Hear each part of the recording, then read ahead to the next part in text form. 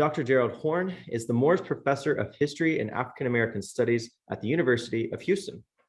He has authored over 30 books and 100 scholarly papers and reviews during his decades of research. He received his bachelor's at Princeton, his PhD in history at Columbia, and his JD at the UC Berkeley School of Law. As an African American from Missouri, Dr. Horne has firsthand experience with the reality of racism within the United States. As such, his research dwells into the many ways racism affects American society, culture, politics, and international relations. As a Marxist, Dr. Horne examines racism within the context of labor and historical development, and has written at length on settler colonialism, imperialism, and slavery, as well as on the revolutions and revolutionary movements that emerged in these conditions. Some of his best known work includes Confronting Black Jacobins, the United States, the Haitian Revolution, and the Origins of the Dominican Republic, The Counter-Revolution of 1776, Slave Resistance and the Origins of the United States of America, Paul Robeson, The Artist as Revolutionary, and Race to Revolution, the United States and Cuba during Slavery and Jim Crow. Additionally, he has just recently published Counter-Revolution of 1836, Texas Slavery, Jim Crow, and the Roots of U.S. Fascism, which I can highly recommend for this moment in our country. His topic today is the link between imperialism or racism and imperialism, solidarity with social movements around the world. Please remember to submit your Q&A to the Zoom box, or if you're in the live audience, you can pass up your note card. Professor Gerald Horne, you now have the floor.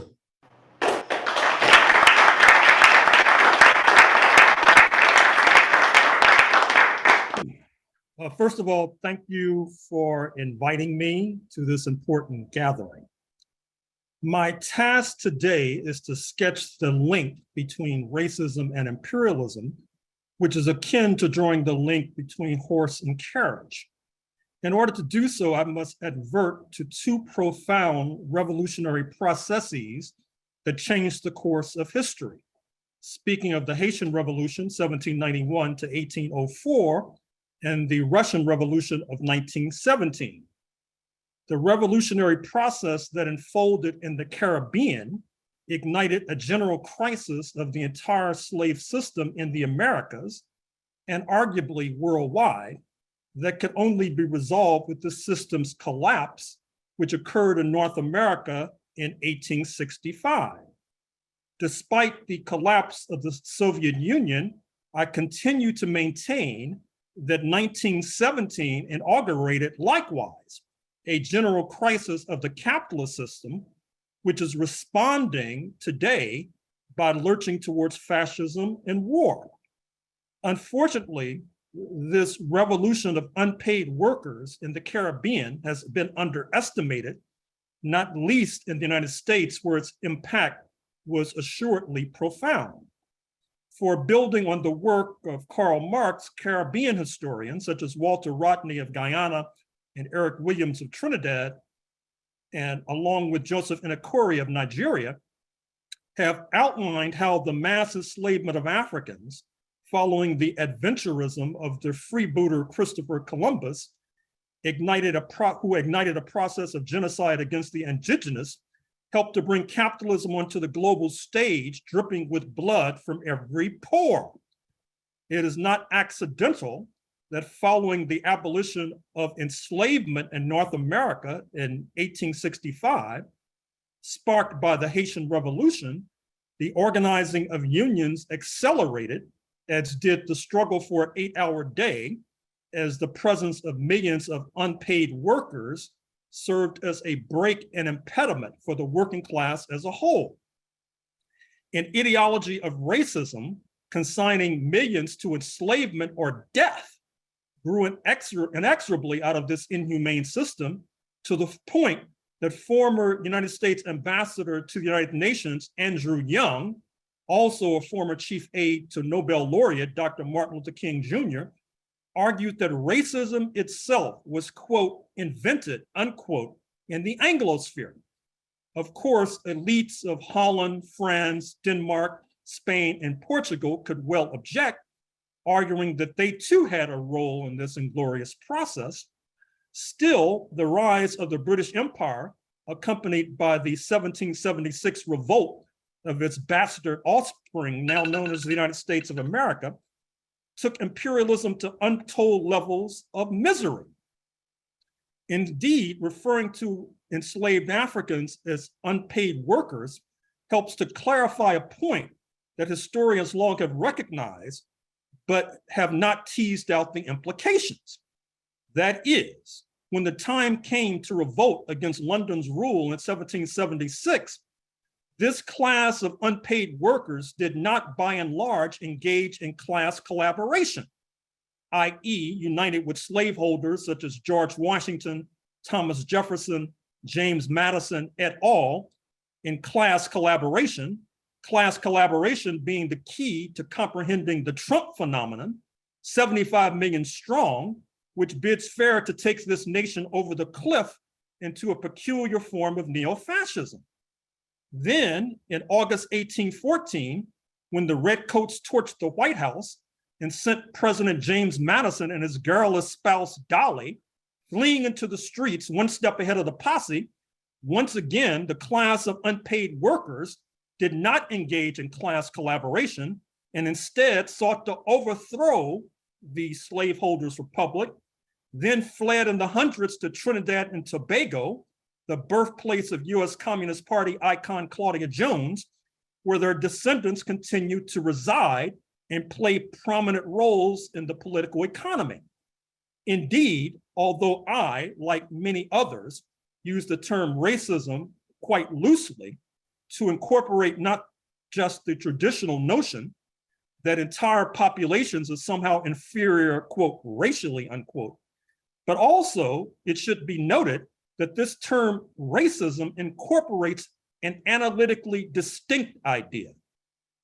In the footnotes of my book, The Counter-Revolution of 1776, as well as my books on Kenya and Rhodesia, now Zimbabwe and Southern Africa, I point out that during the Cold War, when African and Caribbean envoys and ambassadors were traveling to Washington regularly, the imperialists sought to devise a scheme whereby these diplomats would be given buttons to wear on their lapels so that they could be distinguished from US Negroes and allowed to patronize restaurants and hotels and other public accommodations where US Negroes were barred.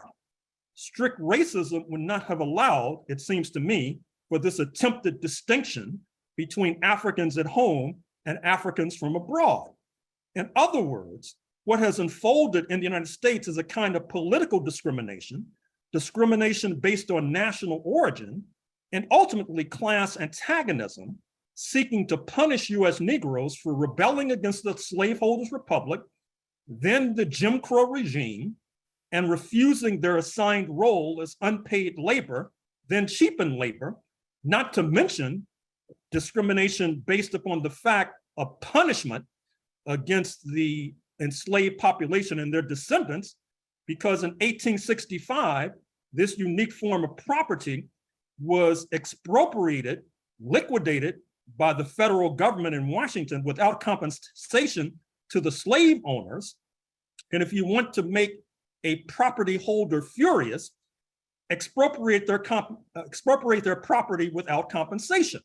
That helped to ignite a rage of Ku Klux Klan terrorism. The cases are legion in the United States of US-born Africans speaking French in stores and restaurants during the Jim Crow apartheid regime, allowing them to be treated respectfully. If one had spoken English, the result would have been different. Today, US imperialism is more than willing to collaborate with the Negro, Justice Clarence Thomas of the US Supreme Court.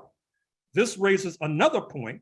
In previous centuries, a Negro like Thomas marrying a Euro-American woman, which he did, that was not only illegal, but subject perhaps to capital punishment.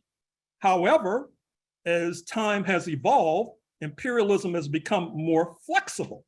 And so today you see this flexibility, which is not necessarily new, because we also recall that the defeat of a number of revolts of unpaid workers, speaking of Gabriel in Virginia in 1800 and Denmark Vesey 200 years ago in South Carolina, were both betrayed by other Negroes who then were rewarded. Still, The raw racism of what is seen as the precursor of US imperialism can be profitably witnessed in its relationship with indigenous polities.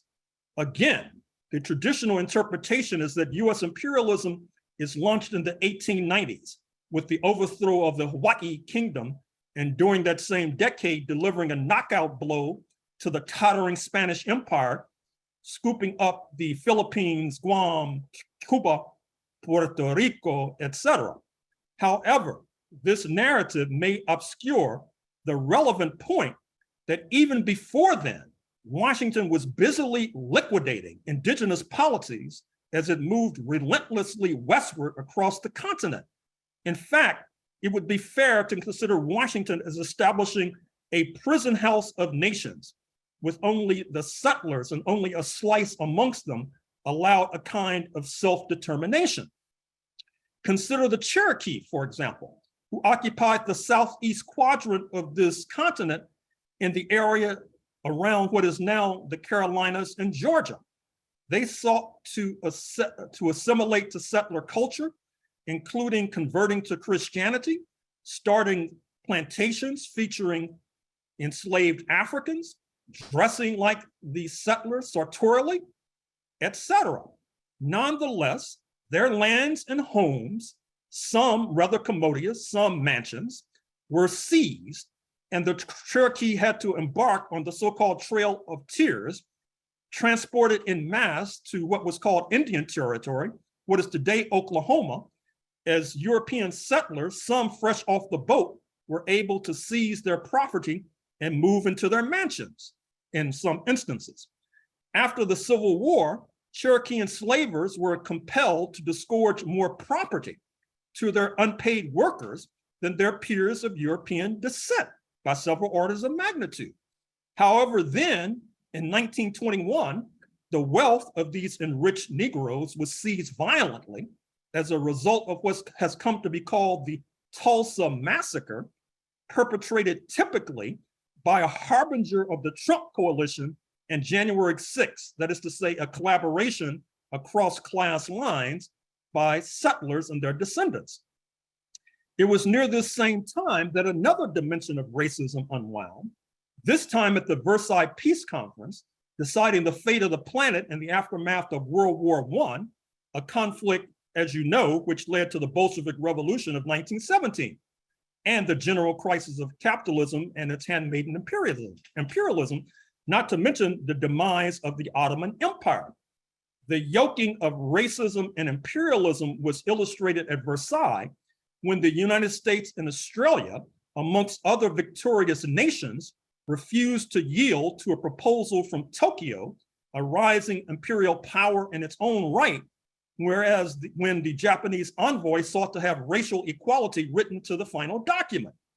This rejection was a reflection of the growing anti-Asian sentiment in the Pacific Basin, exemplified by the Chinese Exclusion Act of 1882 in the United States, and anti-Japanese and anti-Chinese pogroms, such as that in Los Angeles in 1871, alongst the west coast of the United States, stretching from Seattle to San Diego, and not to mention Australia too.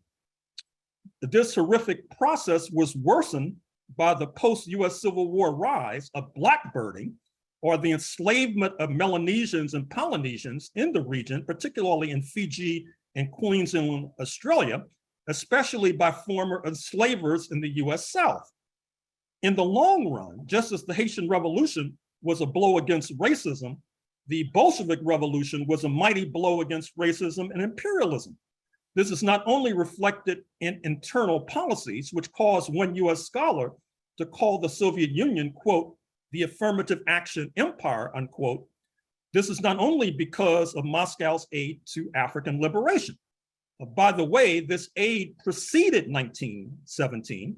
In the 1890s, Russia aided Ethiopia in defeating an Italian invasion, an obscure point noted by the New York Times a few weeks ago in trying to explain to its readers why there was so much pro-Moscow sentiment in the wake of the sanctions crusade as a result of Ukraine's so-called special military operation. But this is also a result of the role of Pushkin, in the 19th century, the role that he played in Russian literature and culture, which has no peer in the North Atlantic bloc, including the United States, which continues to contain millions of peoples of African descent. But as well, there was the rise of a US Communist Party flowing from the Bolshevik Revolution, which then led to the training in Moscow of the Black attorney, William Patterson, who went on to lead the International Labor Defense. The ILD led the campaign to free the Scottsboro Nine, Black youth in Alabama accused falsely of rape of 2 Euro-American women and headed for execution before the ILD, backed by Moscow, launched a global campaign in their behalf, not unlike the global campaign against apartheid, too backed by Moscow, which led to the election of the former communist Nelson Mandela as president in 1994. The Scottsboro case led to high court opinions concerning criminal law that are still good law and was a gigantic step towards the 1950s erosion of Jim Crow US apartheid validated by the US Supreme Court. During this same decade, similar forces led to a burst of labor organizing as embodied in the Congress of Industrial Organizations, which too was a mighty blow against racism in so many ways, not least since CIO unions such as West Coast Longshore, headed by and founded by Harry Bridgens, Wellborn in Melbourne, Australia. And for a while, the National Maritime Union led by Black communist Ferdinand Smith. These unions were in the vanguard of anti-racism. This was obviously too much for imperialism, as one then espied Prime Minister Neville Chamberlain in London, assisted by Joseph Kennedy, the US ambassador, father of a future president, not to mention aviation hero Charles Lindbergh, seeking to cut a deal with fascism in the interest of anti-communism. In a sense, this came to naught when in June 1941, the Nazis invaded the Soviet Union, followed in December by Tokyo's attack on Pearl Harbor. The latter led to one of the most heinous episodes in racist mass murder in world history, the atomic bombing of Hiroshima and Nagasaki in August 1945 by US imperialism, incinerating thousands, tens of thousands within seconds. Certainly, it would be a gross error to underestimate the racism factor when contemplating US-China relations today and what imperialism may have in store. Post-war Moscow resumed its aid to people struggling against racism and imperialism, including Koreans, Vietnamese, Indochinese more generally, Cubans, and as noted, Africans. The global anti-racist and anti-imperialist movement was in contradiction with the obtaining US system of Jim Crow or US apartheid, and this iniquitous system began to retreat reluctantly. However, this was a victory not without cost, as Washington forced a split in the anti-Jim Crow movement, causing the NAACP to turn on the left, including its founder, W.E.B. Du Bois, not to mention the tallest tree in our forest, Paul Robeson, not to mention communist leaders such as the aforementioned Claudia Jones, Shirley Graham Du Bois, Ferdinand Smith, Ben Davis, William Patterson. Of course, Smith and Jones were subjected to a growing anti-immigrant ethos as they were deported, in Smith's case to his native Jamaica. Certainly, we should not forget that anti-immigrant sentiment, then as now, has severely impacted those in this nations with roots to the South. This forced split weakened the movement in this nation, creating fertile soil for the rise of right-wing populism and class collaboration, which reared its ugly head on January 6, 2021, and bids fair to surge in the near future once more.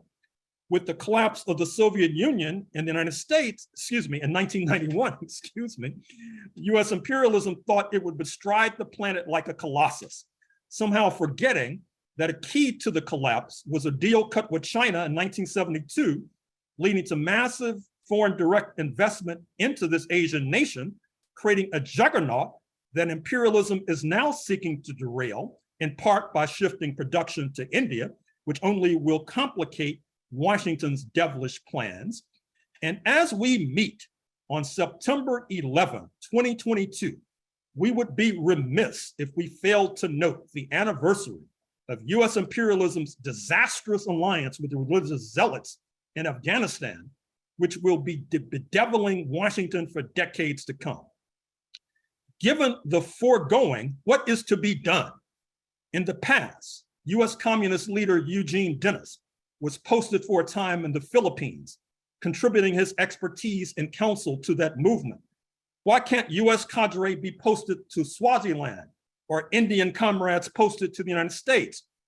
In the past, the US Communist Party used to assess its members an extra assessment for Southern solidarity, recognizing the importance of this benighted region for the future of the nation and ultimately the world.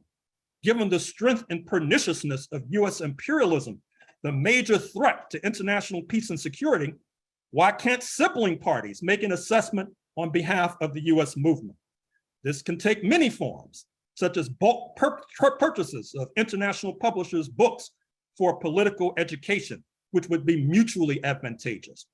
The current US president himself has spoken of the specter of fascism stalking the United States in the form of that cross-class collaboration that sought to execute a coup on January 6, 2021.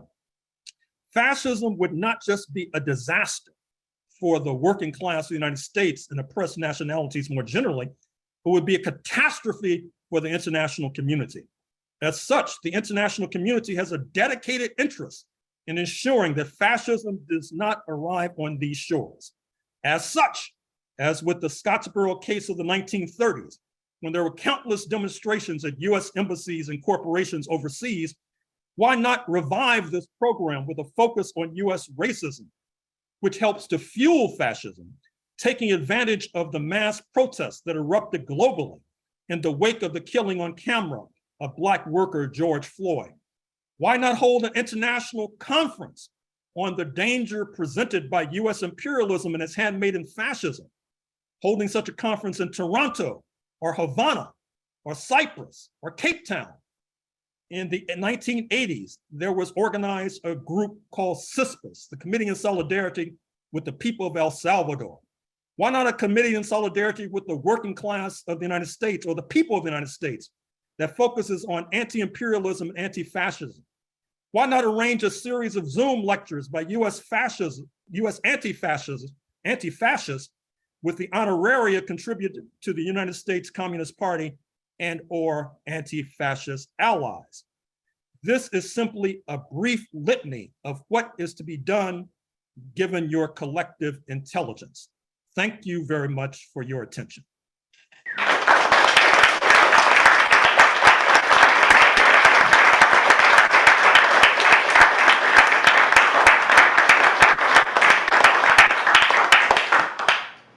Thank you, Dr. Horne. We'll now be opening the floor to questions from the audience.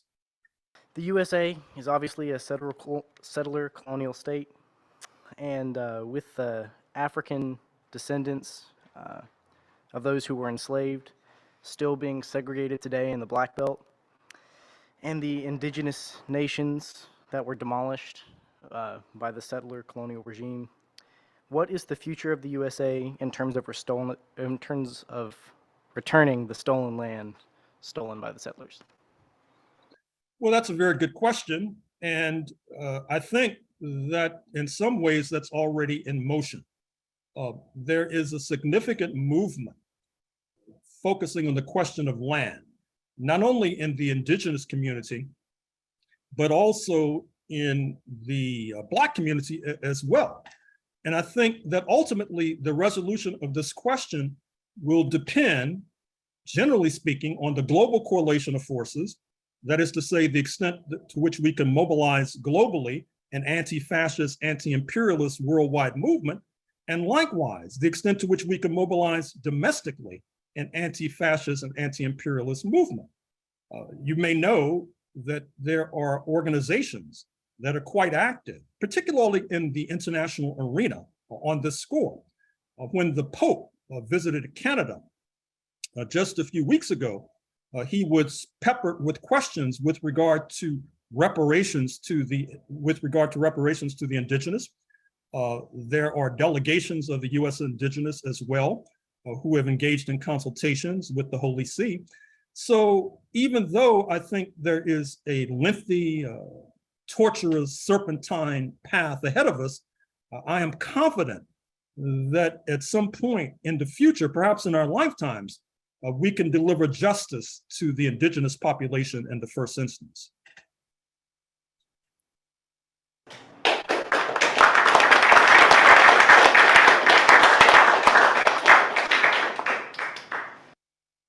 So we do have a question from our audience, Dr. Horne, and this audience member on Zoom is wanting to know where a good start is to learning specifically about African-American Marxist theory. Well, I assume my remarks have been taped, and if you pluck out some of the names that I've mentioned, such as W.E.B. Du Bois, such as Paul Robeson, I would be engaging in a bout of false modesty if I failed to mention my own work, particularly the work beginning with the settler invasion in the 16th century, going through the 17th century, through the 18th century, the 19th century, the 20th century, up to the present. I mentioned, of course, in my remarks, the work on capitalism and slavery by Eric Williams, and How Europe Underdeveloped Africa by Walter Rodney, and Joseph Inakori of the University of Rochester of Nigerian descent in his book, Africans in the Industrial Revolution in England. So there's a plethora of work out there to be perused. No deficit, I'm happy to say. Thank you so much. Do we have a live question? Do you want to go to Zoom? Okay, so let's do one more Zoom question. This one for you, Dr. Horne, is what direction do you think the Black Lives Matter movement will take in order to achieve its goals? So this is a question. Yeah, go ahead. That's a very good question. I've spoken on that question a number of times. I mean, first of all, the good news is that the Black Lives Matter movement, particularly in cities like Los Angeles and other cities analogous to that Pacific Ocean-based metropolis, have done tremendous work in terms of spotlighting police terrorism, in terms of trying to reform, revamp, sometimes even defund the police.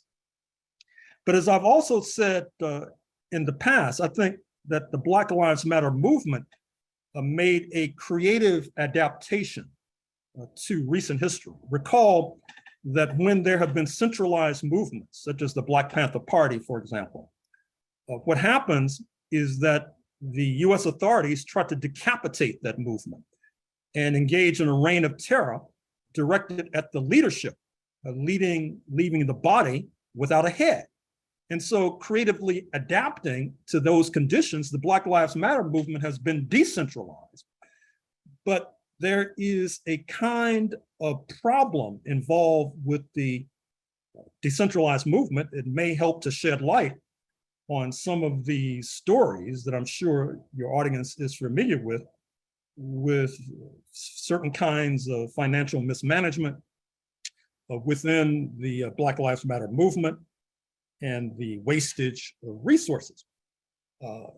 When I made that proposal for a conference to take place in Toronto or Havana or Cape Town or Cyprus, I had in mind the Black Lives Matter movement because I had in mind a kind of resuscitation of the International Labor Defense and its successor, which was the Civil Rights Congress, which, like the Black Panther Party, was driven into liquidation by the US authorities, in that case in 1956.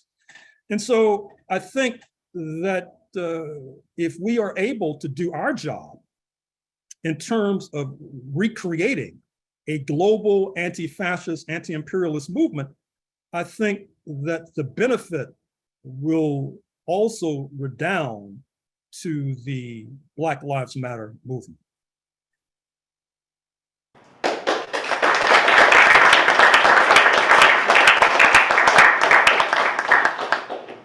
So we also have time for one more question from a live audience member, Dr. Horne. So Comrade, take it away. Thank you. Thank you so much, Dr. Horne, for your great presentation. I have to stand up a little bit on my toes. I have a question. I was very interested in police violence in the Caribbean, and I was shocked to learn that the rate of police killing of civilians is in Jamaica 10 times what it is in the United States. And of course, I've never seen a white Jamaican police officer. And there's sometimes talk in the United States of hiring more black officers as a solution to the problem of racist police violence. And I wondered if you could reflect a little bit on that kind of violence in the Caribbean right now, especially in Jamaica seems to be the worst, but I wondered if you could reflect on that. Thank you so much for your presentation this morning. Well, I would say this. So once again, with regard to hemispheric problems, we cannot let US imperialism off the hook. There was a recent book published, I think it was called River of Iron, and it talked about an analogous problem, a problem to which you noted in Jamaica, that's also prevalent in Mexico. That is to say, gun violence, particularly not only gun violence by the authorities, but by so-called gangs. But a lot of this has to do with this thriving industry in the United States producing handguns, which has led once again to a global movement to try to put sanctions on the US gun manufacturers, and in fact, a domestic movement as well. You probably heard about the recent attempts to make it more difficult to buy weapons with a credit card in order to slow down the proliferation of handguns. And you have a similar problem in Jamaica. And you have a similar problem in Haiti. You have a similar problem in El Salvador. And in fact, in El Salvador, as you probably know, the so-called gang problem, thousands, tens of thousands of members, was basically made in USA. That is to say, with regard to the war in El Salvador, which I made reference to a few moments ago in talking about CPUSA, and with many fleeing from El Salvador to Southern California, and then being incorporated into so-called gangs, and then being deported from the United States into El Salvador, where many have created havoc. And so likewise, with regard to imperialism and the depredations that it inflicts upon developing countries like Jamaica, like Haiti, you have the deportation of Jamaicans and Haitians who learn at the knee of gangs in the United States, such as places like Los Angeles, and bring those malevolent skills back to the island. Certainly, I would not draw the conclusion, which I'm sure you would not do, that the fact that you have police killings in Jamaica and everybody's black means that police killings disproportionately of black people in the United States, somehow that elides the question of racism. In fact, I think it deepens the question of racism, it deepens the question of imperialism, and it also puts an extra burden upon us to try to restrain these negative forces by building a mass anti-imperialist, anti-fascist force that has global dimensions.